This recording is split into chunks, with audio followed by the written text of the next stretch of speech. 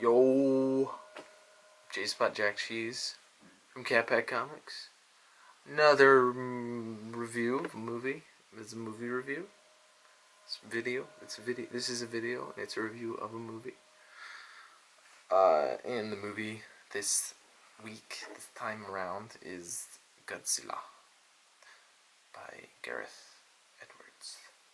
As always in my videos that I've recently been forgetting to mention, there will be spoilers. I don't script these, so I'm sure I'm gonna spill some beans. Actually, yes, I will, because I like to talk about the movie. I liked the movie. It was sweet as shit. For people who read my comic reviews on the Godzilla series, the recent one by Dwayne Swierczynski, I think that's how you pronounce his name. Probably. It's a good guess. I have always been a fan of the Godzilla movies. Since I was a kid. I love the old, the cheesy man in a suit type stuff. But this is a completely different ball game from those. Clearly. I mean, it's obviously not just the simple man in a suit thing anymore. And I still like that. But I mean, it's different from regular Godzilla movies. But it's not like it's not good for a Godzilla movie. It's really good. It's just different. I talked to Nip, and he said he loved it. He thought it was like his favorite movie, at least of the year, if not of like the past decade, he said. He really enjoyed the story. So that's cool. He's the only other one in the group that's seen it so far. I enjoyed the acting well enough. Aaron Taylor Johnson as the main dude, Brody, was good enough as like a generic action hero, but it's probably like my least favorite part. Cause I don't know, they just don't do much with him. He's just kind of there to as the reason for following Godzilla. He's the guy that they follow in following him, but he also has ties to it with his father being a researcher at a plant that it didn't create Godzilla, but it created one of the monsters that Godzilla fights, one of the Mutos, which also was really cool because even though you see the male one, the flight, the one with the wings, in the trailers, I was still surprised. I don't know, for some reason I thought that it was just going to be Godzilla stomping around and then they'd kill him, and then but somewhere in between that, some other guys show up for a little bit and he fights them. But I didn't know that was going to be the whole movie. But I thought that was really cool that it wasn't just the 98 version where it's just Godzilla shows up 20 minutes in and then he stomps around for 2 hours because the military is fucking terrible at their jobs. And this, it was wait, Godzilla's terrible, let's blow him up. But wait, there's these other guys that are worse, and we might not be able to kill them with the radiation. So it's they didn't just keep Godzilla alive because for shitty reasons, I guess. There was some people thought he should have been blown up, but all the acting, I mean, especially from Bryan Cranston, obviously he was really good in what little bit he had. I really wish he was alive longer. I would have loved a sort of, it doesn't really fit in a gritty type of movie like it was, but a sort of buddy cop feel between him and Aaron Taylor Johnson as they both follow the monster. Even though, like I said, it also wouldn't fit because they probably wouldn't put a 50-year-old scientist dude out with a bunch of Marines and stuff. But let's just say they did. It would have been really cool. Just to have that constant back and forth. Because then it was just they had other characters for him to interact with, but for the most part it was just him by himself and Godzilla. So it would have been cool to have more of a, I don't know, relationshipy thing between him and another human character. I like the smaller characters too. I like the Navy Colonel dude or whatever he was, that guy. I liked Ken Watanabe and Sally Hawkins. I liked everybody. I liked Elizabeth Olsen. I liked Godzilla. He did a really good performance. Probably Andy Serkis played him, if anybody. I love that they basically had Rodan in this with the male Muto, even though he wasn't, he wasn't Rodan. But I think it's like as close. It's like their take on Rodan. That's what I got from it. That it was like supposed to be Rodan, basically. Especially with like they were talking about like the echolocation stuff. I was like, oh yeah, that's just Rodan. It was a little different because he uses EMP and not sonar. But they did show when they were like talking about him, it had a picture of a bat using sonar, and I was like, oh, that's got to be a reference to Rodan. It has to be. Well, I liked all the references to like the past movies, like that with like the bat and that and the sonar and stuff. Ken Watanabe's character was Dr. Sarazawa, like the doctor from the very first Godzilla movie from '54. Yeah, I like Janjiro. That was a cool, and like especially since it looked like exactly like every city that Godzilla would tear through in the old Toho movies too. I don't know, when it showed that like big establishing shot of it towards the beginning of the movie, it looked like exactly like one that you would see him stomping through in the old movies. There's a really good balance of story and monsters destroying shit and monsters fighting and shit.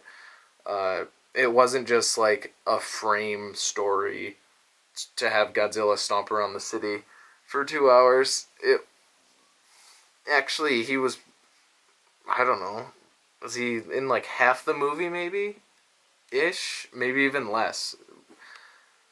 I'm not even talking like how much you see him. You probably see him for like 15 or 20 minutes, but I'm saying like from when he first comes into the action or whatever, like I guess is what I'm trying to say, is like maybe halfway into the movie. It might even be a little after that.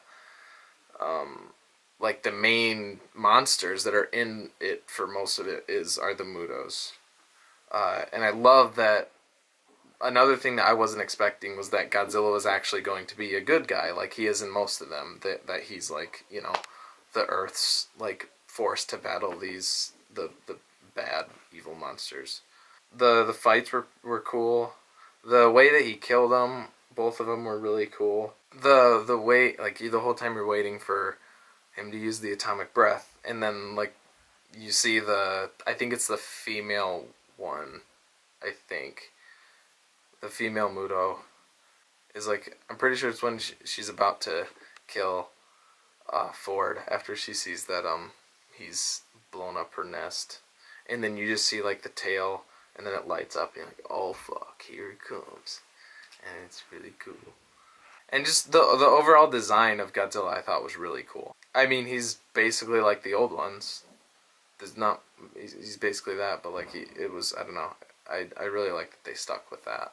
Another thing I liked about what they did with Godzilla was that there's like, it's like kind of like a minor thing, but I like that he looked tired near the end.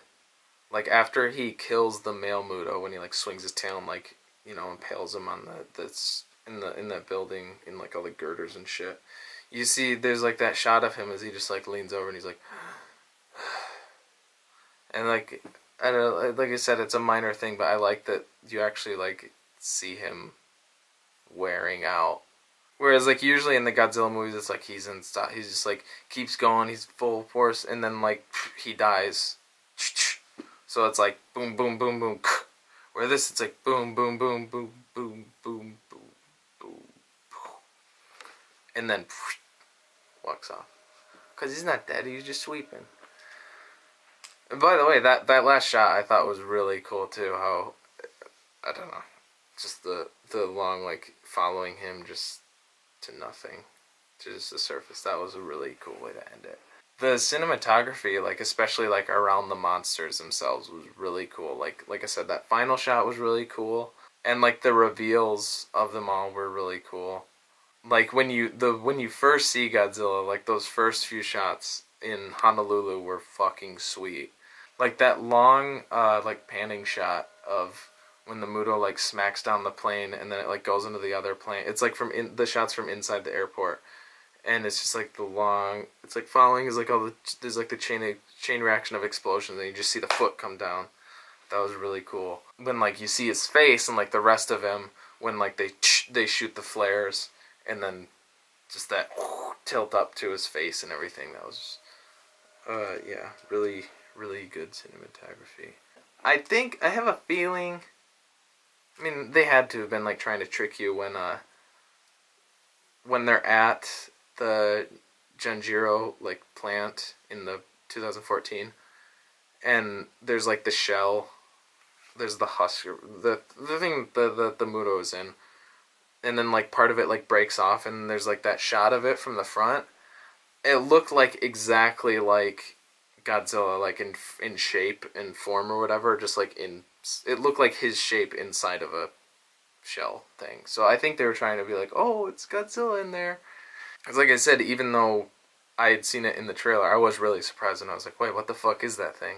At first, even though I thought it would be really weird to have him in it because he's not a super well known one, when you first see the Muto's head, I was like, is that Orga? Or something, because that's I don't know. His head reminded me of Orga, and then you see his arms, and I was like, wait, Cloverfield, and then his wings, and I was like, oh, it's that guy. Okay.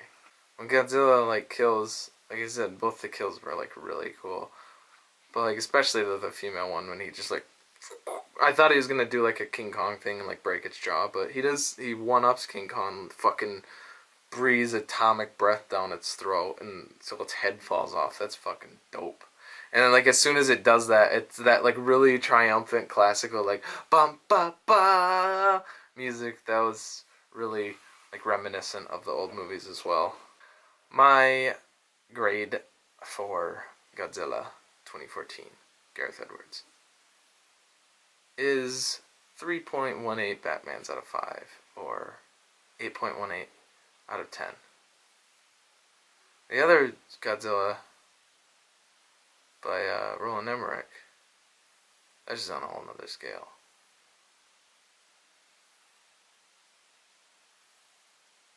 I will say that when I was younger, I did really like the Roland Emmerich Godzilla, but like maybe that's not a good thing. That like oh when I was a kid I liked it, but then like I didn't even know that that was such a hated movie until I don't know recently ish, and I was like what I thought I really liked that movie, and then I watched it again and I was like fuck it is pretty nasty.